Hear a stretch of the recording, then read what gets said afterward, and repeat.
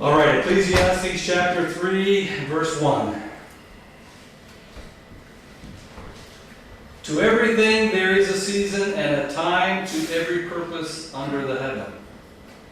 And then we have the list: a time to be born, a time to die, a time to plant, a time to pluck up that which is planted, a time to kill and a time to heal, a time to break down and a time to build up, a time to cast away stones and a time to gather stones together, a time to embrace and a time to refrain from embracing, a time to get and a time to lose, a time to keep and a time to cast away, a time to rend and a time to sow, a time to keep silence and a time to speak, a time to love and a time to hate, a time of war and a time of peace. What profit hath he that worketh in that wherein he laboureth? I have seen the travail which God hath given to the sons of men to be exercised in it. It's an interesting verse, and the first significant thing about it is, remember, the purpose for the time and the season is not just that they are a measure of time. The purpose for the time and season is that there is a purpose. And so the real question isn't, most of us can look back over our life and we can say, fondly look back at positive things that have happened, great memories. Maybe it was when you were a kid and you went here, or you did this, or a vacation you had, and you might have these great memories of that event. Or we might look back and there might be really awful things that happened in our life, something that happened to us as a child. Maybe we were abused, or maybe just things that were said about us, or a difficult time we had at school, or whatever. We can look back at that. But the significant thing about that is we cannot go back and change the time. But what we can do is to discover what is the purpose for the time and the season that we are in. If you look back over your life and you have regrets, that says to me that in the time that you lived, you wish you could do over, right? Do over, because either you did not recognize the purpose of the time you were in, or you allowed it to slip away and let it be unfruitful. And so often we find ourselves in the trap that we're reliving or trying to relive what has slipped away from us, and as a result of that, we're missing out on the opportunity that's supposed to be happening right now. The high school that I went to in Dundas has now closed down. And we walked by and out of the walks around town. And it was funny because one night as I was laying in bed, I was praying about that. I was talking to God about that. And I said, wouldn't it be funny if my high school and I left town the same year? I said, wouldn't that be funny? It looks like it might happen. It's gone. I'm hoping that I'm gone too, so that would be great. But the thing is, we can't go back to those days, or we cannot hang on to those days and think that that's what life is about. So often when we deal with people like my father in a senior's home suffering from dementia, they're living in a time or a place that is not now. And so we need to understand that if we're going to be able to move on, who knows what God has planned? How sad to be trapped back in the past, even in great things that have happened, while today is wasting away. Today is wasting away. See, it's an interesting thing when you read the Bible about God. God is always the God of the present. Do you ever notice that? When talking about God, He's always the God. I am, He says, my name. Not I was or I will be. I am. In Hebrews 11, when we read it, it says, now faith is. Not faith was or faith will be, but now faith is. And with God, it's about living in the moment. It's about living in today. It's so easy to say to ourselves, and this is how we deceive ourselves, you know what, next week I think I will. Next week may not be here. All we have is now. Right? Now is what God wants to lead us in. What am I going to do right now? Right? It may be about preparing for something that God has been speaking to us about, but I have to start doing it now. You may be thinking about, I need to get in shape. If you're going to do it, you have to start doing it now. The Bible talks about the whole idea of a little slumber, and so our destruction comes upon us, it says. See? It's easy to say, well, you know what, I've had a rough week. I think now I'm just going to lay down and you know what? there is a time for rest. And there is a God-given rest. And we're going to talk about that another week. But here it's talking to us about there is a purpose for every time. Right? That's what it says. To everything there is a season and a time for every purpose under heaven. And so today we live in a time frame called today. That's what it is. It's the only chance we're going to get at it. It's going to slip away in, I'm not going to do the math, but it's, whatever it works out to be 14 hours or 13 and a half hours, today will be gone. Okay? That's all we have. And then it's gone. And then we can look back on it with fond memories and we can look back on it with regret, but it won't change the fact that it's gone. And so as the writer is talking to us about it, there is a time for all kinds of purposes. Sometimes we find ourselves living out the wrong purpose for the wrong time. You ever find that? That you're sort of, twice a year we have what's called the changing of the time, the daylight savings time, on and off thing.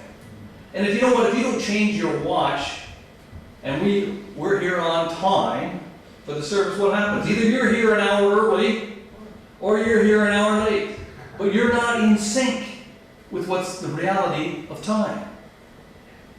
And see, what God wants us to be as the followers of Him, He wants us to get in sync with the time. If God's calling you for evangelism, it doesn't do you any good to pray. Praying is not evangelism.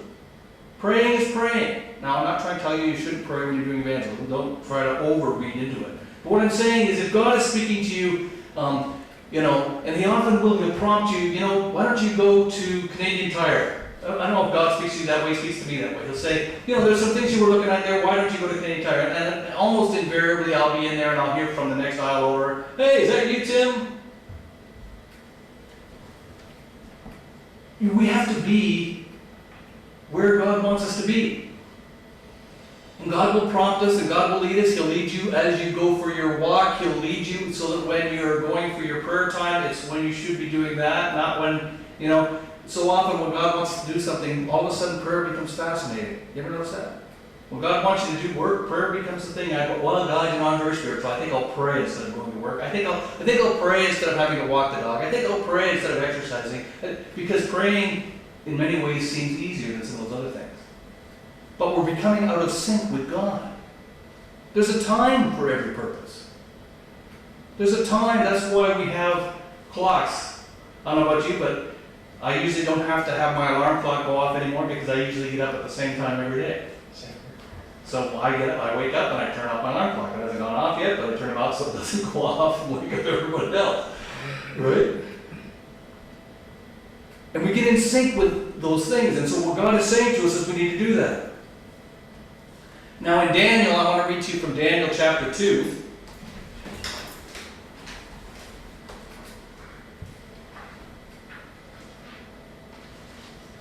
And you know the story of Daniel, how Nebuchadnezzar had some revelations, some dreams, and he needed Daniel to have a revelation from God for the interpretation.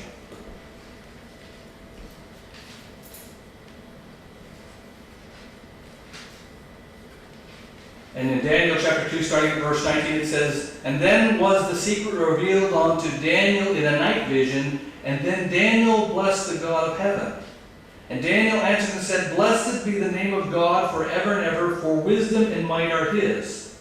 And He changeth the times and the seasons. He removeth kings and setteth up kings. He giveth wisdom unto the wise, and knowledge to them that know understanding. He revealeth the deep and secret things. He knoweth what is in the darkness, and the light dwelleth with Him. I thank Thee and praise Thee, O Thou God of my fathers, who hath given me wisdom and might, and hath made known unto me now what we desire of Thee, for Thou hast made known unto us the King's matter." See, time is something that God dwells in that realm. God has a plan. God has a plan that is unfolding today. And either we are in touch with it, in sync with it, or we're not. Now, God forgives as we ask for forgiveness. And God, grace abounds, the Bible says. But that doesn't mean that we as a group of people should just become callous to things, but we need to start to seek out God and find out, God, what time is it? Now, this week we know that the kids went back to school. That's the time. And for them, that is the time that it is. They have gone back to school. Sometimes there are times that are just obvious times in your life. You went to school, and if you're like me, you probably didn't realize the value of school until you were out of school. You didn't realize the opportunity of school until you had squandered it away and not made very much use of it. And what we want to make sure is that today, we aren't doing the same thing. That God, who wants to reveal to us His plan and purposes, not just us as Hess Street Mission, but us as individuals, He wants to reveal to us His plan and purposes. He wants to do in and through us the things that to our natural mind seem impossible. Right? Because if we start this journey with God believing that in me God can't do anything because I'm worthless and He's unable to do anything with me, the battle is already lost. We have to believe that God, who created all things, is able to use these surrendered vessels to accomplish great things.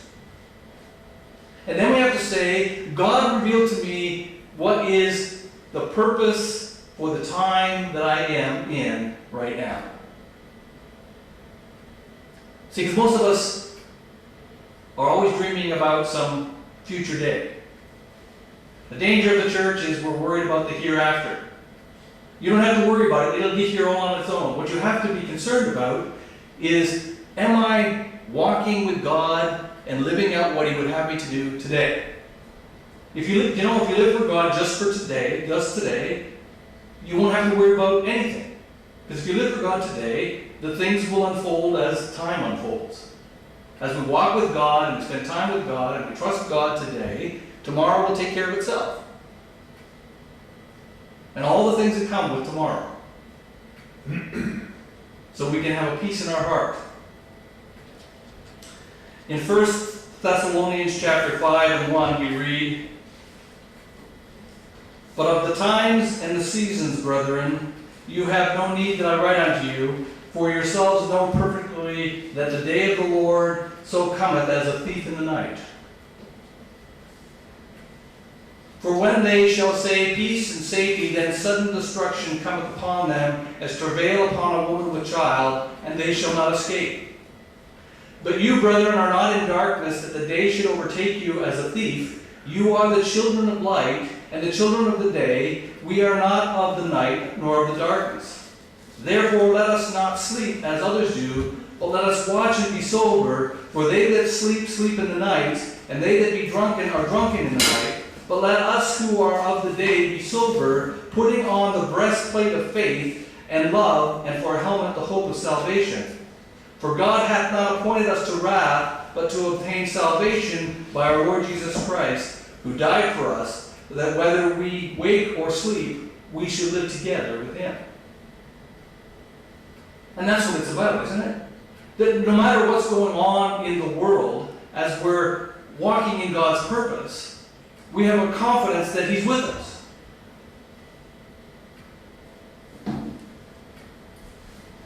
That He is with us. Now, He's not with us when we come to church and some big event happens.